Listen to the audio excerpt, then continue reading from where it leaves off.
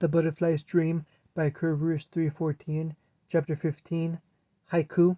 What did you expect? In their eyes, a perfect world has no room for yours. A girl walks down the row of lockers, swims like a salmon against the tide. This is her natural habitat. These are trying times, but this is where she thrives. No thinking, no doubt, from her or anyone else. I missed you. Cold metal returns her greeting. Her sister does not begrudge her attachment to the inanimate object. A huntress's concern for her defense was perfectly natural, more so for Ruby. The weapon was a totem of their mother and of normalcy. It was something real, at least. Excited? She needn't have asked. Ruby beamed up at her and nodded like so long ago, like no time had passed. Yang mimicked the gesture as the locker clanged shut behind, and they made their way leisurely to the cliffside where the entrance examination was to take place. Long legs strutted in a comfortable syncopity with the dainty, and the sisters were built for one another, mechanics running smoothly. There was yet unease as she found herself having to bite back the anxious bile rising in her throat. Not that she doubted her own capabilities in any way. Her thoughts yet lingered on the little girl who had not practiced her own art in many months. To think of Ruby without crescent rolls was like thinking of her without fingers, for it had strapped seemingly back onto her waist like she'd been born with it. But it had happened, and they were soon to find out what had become of it. And though they did not deprive those at the clinic of exercise, it was as sterile and fake as everything else in that place. Aerobot, aerobotic, aerobatics designed to placate and calm unruly patients, not lending itself to refined combat skills. Then there was the matter of a partner. She had already resigned herself to be paired with her sister for the next 4 years, foregoing her own preference like she had always done. Even in the 2 years apart, she made compromises for her sister. It was the least she could do, though what if there wasn't a choice? She could only hope that whoever Ruby was paired with would be understanding. If not, she was not hesitating to crack some skulls. Wah! Speaking of cracking skulls, Yang stared down at her fellow blonde, who skidded to a stop one fell step away from her feet. At least she wasn't being threatened by vomit this time. Am I in heaven? I think I see an angel. Hey there, vomit boy. Not deterred in the least by the unconscious pickup line, she greeted the teen with poorly concealed amusement. Apart from the namesake incident, she held nothing against the wannabe Casanova, and would even admit that he might be considered cute in the manner of a crated puppy. Hey there, beautiful.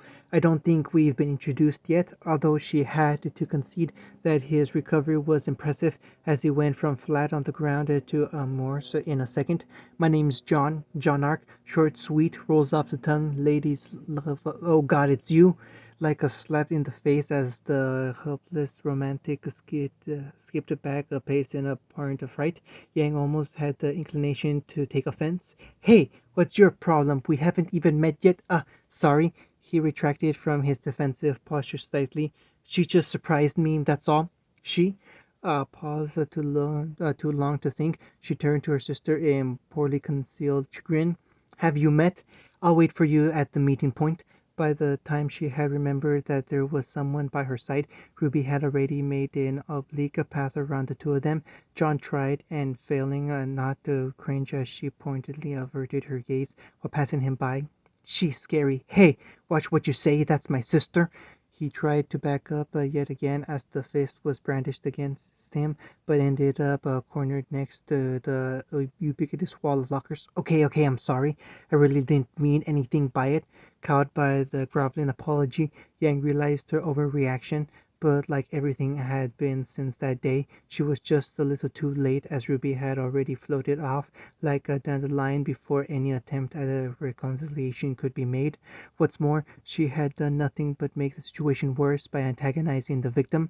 In that age-old familiar gesture, she bit her lip and considered catching up to her sister to try and smooth over whatever bad feeling there were, then quickly banished the thought she had already did it for too long. Instead, she stooped down to help the shell-shocked young man to his feet.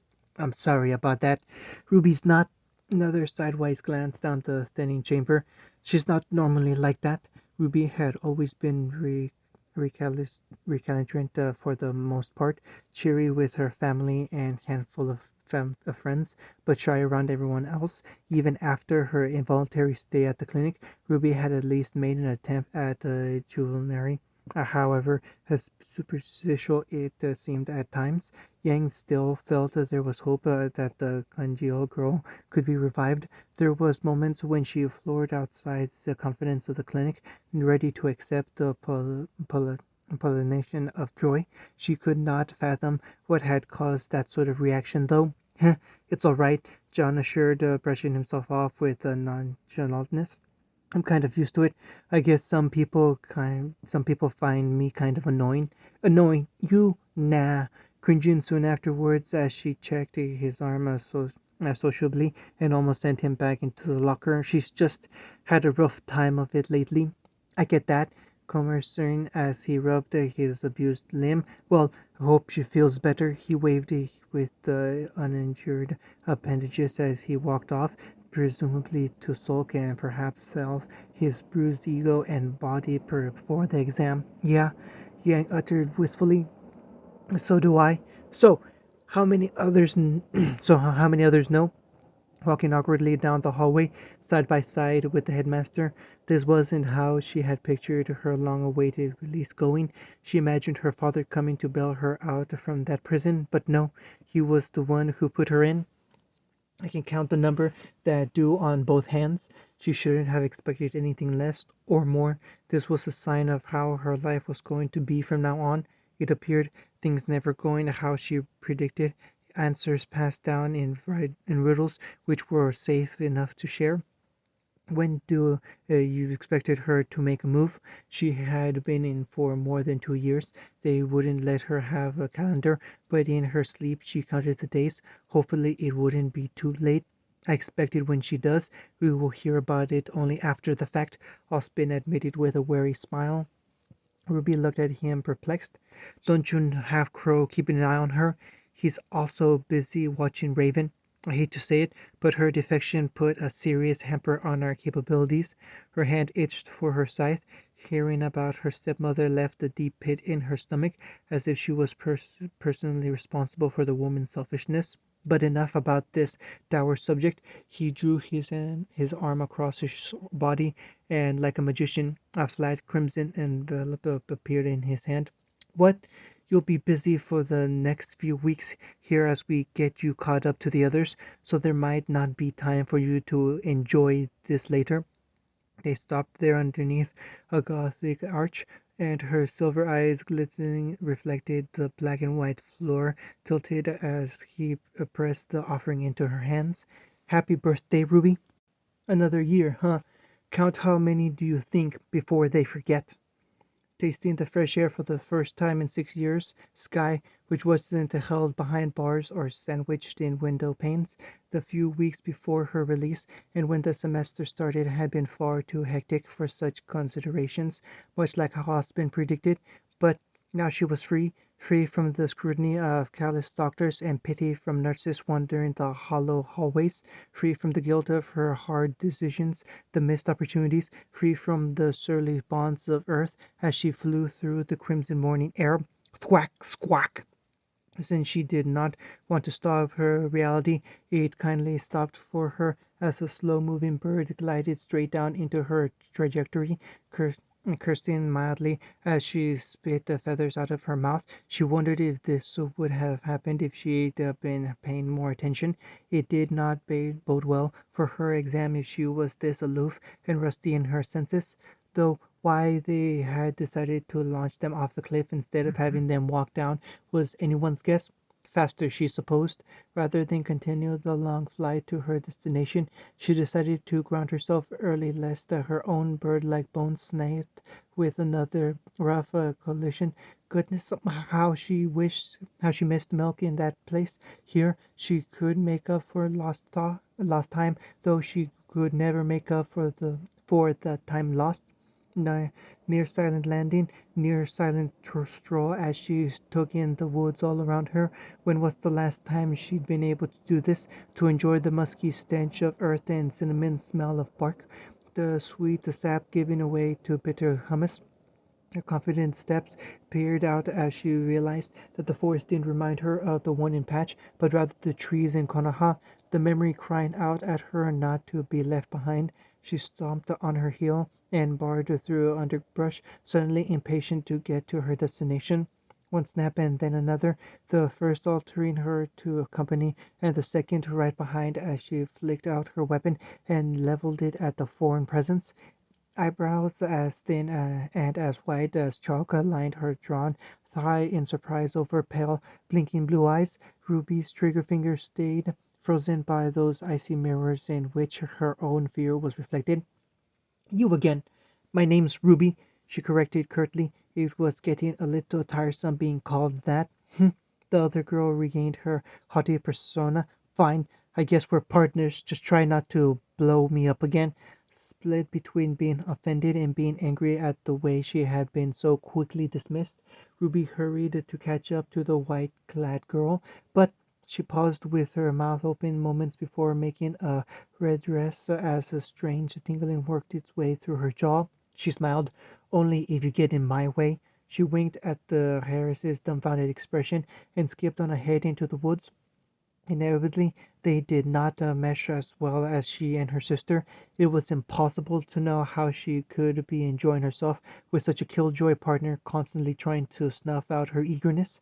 But Ruby just found it so satisfying to once again be out in the world and with people again that she just didn't pay it much mind. Plus, the small fry grin they were coming up against, which were attracted to her partner's sore sour mood proved to be great warm-up for her, and it was satisfying to know that her skill hadn't languished all that much. To say nothing of her stamina, though, try as she might, as that waned, so did her optimism. "Are you sure this is the right way?" No, she hadn't spent nearly a month rehabilitating in this very forest without paying attention to where she was going, was what she wanted to say with a heavy dose of sarcasm, but merely rolled her eyes as the girl's uppity attitude. That would have to change sooner or later. For now, she settled for pointing to a fuzzy green cotton ball stuck to the side of a tree. "You see that?" I squinted at what was just a dab of green amongst so many others. "That's a lichen. They typically grow facing north. Lycaon vulpine, wolf lichen, actually. Was that ironic somehow?" The snowy-colored girl looked first to her with furrowed brows, and then to the trunks of other trees, including one which lay toppled a little ways off. Though the patches were scattered, they did all generally grow on the same side. "So we head west." She turned on her heel and continued in the same direction as they had been going. This was something else which had been hammered into both their heads so long ago by both Crow and Yamato. The physicalities would always tell her that it was a natural phenomenon, that her mind was digesting information it hadn't had time to process during the day and incorporate it into her dream. Perfectly logical. She had no choice but to believe, except that Crow had never told her its scientific name. She was fairly certain he didn't even know it, as he always referred to it as that alien palm. Perhaps her father had told her. Huh? While she thought Ruby wasn't looking, her partner bent over to examine the odd life form and glanced back up to her with a small inkling of respect worming its way into her prickling expression. It was a start. Something that is real, yet appears only in the mind. Does it still touch you? Really, is this how it's gonna end?" Yang folded her arms, almost bored to know the answer, as it stared the eight of them in the face, with all manner of limbs designed to rend them head to toe. "Not if I can't help it. No, wait, Ruby, don't." But contrary to her sister's opinion, she wasn't just going to blindly rush in. She stopped a few paces short of the oncoming deathstalker, teasingly watching as it sniped the air in front of her. "Your sister's going to get herself killed," said the knowing girl who dropped in from the sky along with her sister in what was to be the umpteenth miracle that day. "Well, she's your partner. Why don't you go and help her?" Weiss was humbled by the accusation, though the hesitation even then at the idea of following the younger girl into the fray. In truth, Yang would have already been halfway there by now if it were not for the Nevermore sniping at them every time they moved from the dubious shelter of the ruins. She bit her lip, and despite the aura flowing over her skin, it bled. "Come on, just focus on me," Ruby hissed under her breath as the arachnid creature took a few more fruitless swipes at her. Guys, she's leading that thing towards us," the ginger girl pointed out the blaring fact with a shaky finger. "Just a little bit further." No attempt made thus far to repose the backhoe-like tail or car-crushing beak. Both were too strong for her just yet. Ruby kept hoping just outside their range, moving further and further back to where the rest of the students waited, unsure of what to do, though she caught the tail end of one of their comments and changed to turn and chanced turn her head back to see them standing dumbly. "What are you guys doing? Get out of there now!" "Ruby!" Cover be damned, as she saw her younger sibling batted away with like a wingless bird. Yang darted from the stonework as fast as she could, but she was preempted even then by a white blur which lapped her before she even reached the yard of impaled feathers. "You're so childish," admonished Weiss as she loomed above the dazed Ruby, with her weapon still poised at the tail end of her life-saving blow. "And stubborn, and don't forget loud and annoying." Ruby tried and failed to stand up as her head swam back and forth like a ship at sea, while her partner lectured on and ignored the scorpion-like grin as she had frozen solid. "But I guess I can be a little difficult to get along with." "Yes, fine." The younger girl shook the stars from her eyes and the cobwebs from her head. "But can we please do this later? Right now we need to." A piercing whistle, which was like a stuka in her ears, interrupted the thought. "Go!" The next thing she knew, Weiss was lying down on the grass, staring ahead dreamingly and looking up at the spot she once was, only to be accosted by something out of a nightmare. "Ruby!" breathlessly, as she realized who had shoved her out of the way of the piercing feather fired from the circling Nevermore, and witness to them now impaled by the oversized flashlight meant for her. "No! It wasn't supposed to be this way. They were just students. There was no way their mistakes should carry such conscious. They weren't ready for this." She blinked, hoping the morbid vision would vanish like a bad dream. It did. "Huh? I said go!" The girl who should have been dead and cold grabbed the scruff of her combat dress and heaved her with surprising strength away from the killing zone in an exaggerated arc. Weiss didn't even have the presence of mind to complain as she saw the rapidly retreating form of her partner turn away from her with a crooked smile before her momentum was arrested by a pair of even stronger arms. "Oh, you know, for such a small girl, you're pretty heavy." Weiss gawked indignantly as she stared up into laughing lavender eyes, which set her down soon enough on her own 2 feet. "What in the name of Revenant? You know, your partner just gave you some good advice." The darker-haired girl slunk up on the blonde's coattails and plungently injected. "Besides, she seems to be doing all right on her own." Though instinctively wanting to disagree because of her the overprotective sister mode running on overdrive as of late, Yang bit her lip, this time to silence any fallacies which might spread from it. Ruby was doing all right, though no, not directly attacking either beast. She instead baited them like a matador with that crimson cloak, and managed to stay one step ahead the whole time as she flowed around the lumbering attacks and danced in step with the volleys from the sky. Then Livermore would grow tired of continually taking down only her afterimage, but still be unable to snap her up because of the competition getting in its way. "She's holding them off for now." The resolute tone swayed them to the redhead who had joined the conference. "But I think we should take advantage of the break she's given us and get out of here as soon as possible. We already have what we need to complete the test. There is no reason to stay and fight." The word of Pyronikos, four-time winner of the Mistral Regional Tournament, carried a lot of weight and drew the other first-year students in with its gravity. Like a stray puppy, Wise deferred to the champion's assessment and was hot on her retreating heels. The others quickly caught on too and began jogging back whence they came in the forest. Naturally, Blake was a little reluctant to abandon her partner, who was still fixated on the fight and would not move as her sister definitely played the two grim off one another with minimal effort.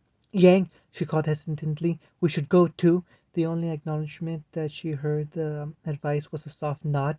Ruby, she called out, cupping her hands to her mouth. Come on, it's time to leave. Blake held her breath, remembering the last time someone had distracted the cloaked girl. Her worry proved needless, though, as the scythe wielder danced among the feathers jutting up like an iron forest, mocking the Deathstalker and making it wade through the spiny defenses, prodding at its soft underbelly. Don't worry, Yang, she called out without looking back. I'll catch up. Come on, Blake urged again, more worried than she'd care to admit at being separated from the main group. Your sister really seems like she's going to be all right. Yeah, her words did not match her actions, though, as she shook her head. Yeah, yeah, she really is.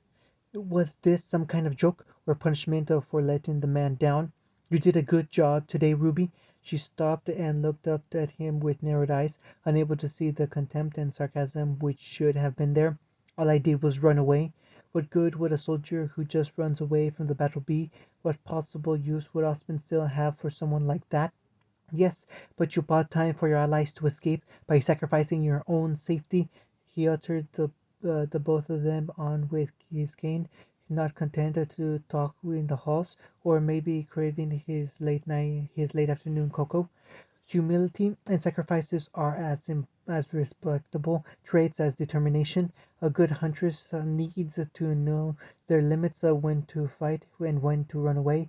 I'd say you accomplished both undoubtedly, and you will regain your prior strength in time with care and good nutrition. However, there was always a catch.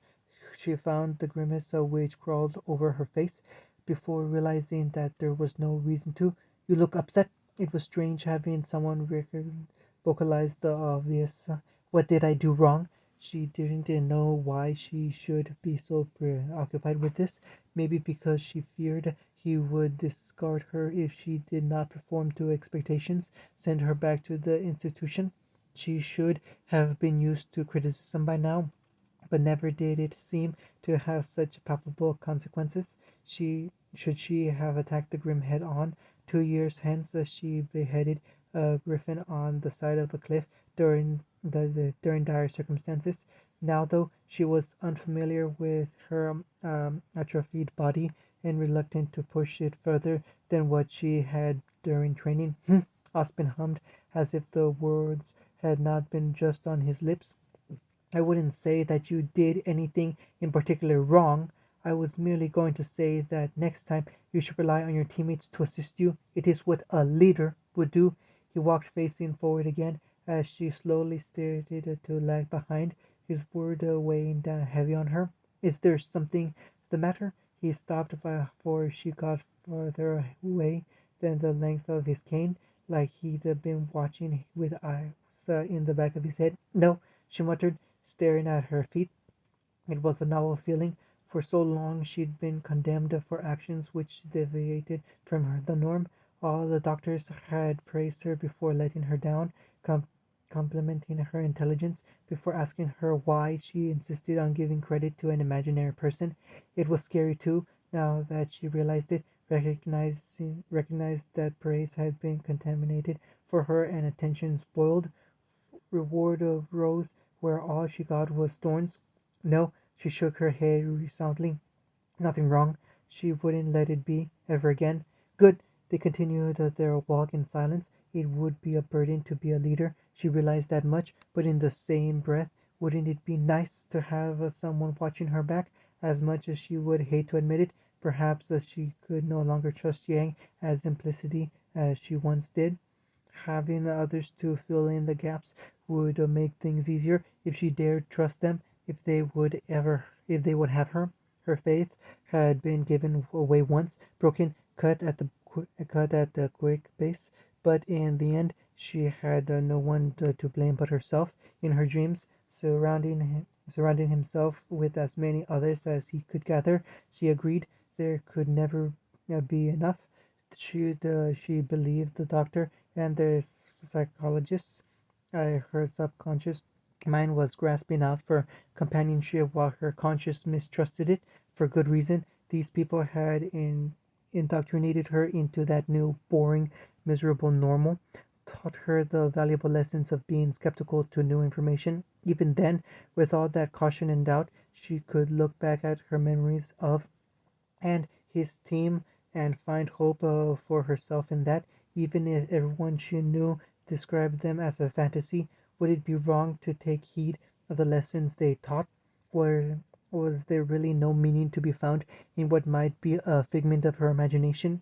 Fables had morals which spread to life. Fiction had truth unburdened by context.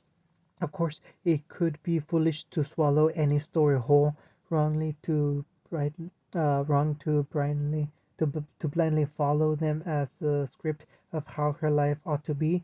What those ideologic stories described wasn't her world after all, not yet anyway. You kept trying. Why? No story is perfect, always falling short. She couldn't sleep. She couldn't remember the last time this happened to her. Every day at the institution wore on her mental defenses, tried her resolve until it whittled away at her physical body and she collapsed in a stiff mattress full of tears. Every day after she got out was non-stop conditioning to bring her back into fighting shape, regiments even more rigorous than before she went in. She slept more soundly there than in her own bed back in Patch. Exhaustion should have claimed her already. Shouldering off to Elder Grimm for more than 20 minutes would take it out of anyone, let alone a borderline and erratic girl who hadn't so much as touched a weapon in years. Maybe it had something to do with the 2 dozen cookies she'd scarfed after trotting back into the cafeteria. It was less than she used to consume, but it was also the most since being parted from Crescent Rose, as they had carefully monitored her sugar intake in the institute. She'd puke most of those up anyway, her stomach not used to such richness. All that was left to blame were her thoughts, which still swayed back and forth on gentle waves, racking her in and out of lucidity. There were Osmond's words to consider, the man himself, and how much she should trust him, how much she should trust her new comrades, who slept without preoccupation beside her. That strange concept, this emotion which surrounded it that she'd been denied for so long. There was herself to consider as well. Dare she trust the disbelieving person she had become? Or maybe it was her old friend which whispered in her ear, fear, fear of the unknown. What would happen now if she could close her eyes? This was the first night where she had not leapt into unconsciousness with her head on the pillow. It was the contemplation of the ground below before the drop. It was looking back before a long trip away. Though why should she be feeling this when she wanted to believe? She wanted to leap out of bed and rummage through her bags, find a piece of paper and just write. The feeling was so strong that it felt like if she ignored it for much longer, the words would carve their way onto her skin. But what if it should be like the unicorn, that precious thing which was only real once? If she sought it again, would the spell be broken? 5,000 times before the sun rose after it set, but there was always that fear she would never see it again. She wanted to believe she was free, free to choose her own truths once again. If she wasn't, this was a new time in her life, and there was fear. There was also excitement for what came next. All the more reason to keep on trying. One day you will make it right. End of chapter 15.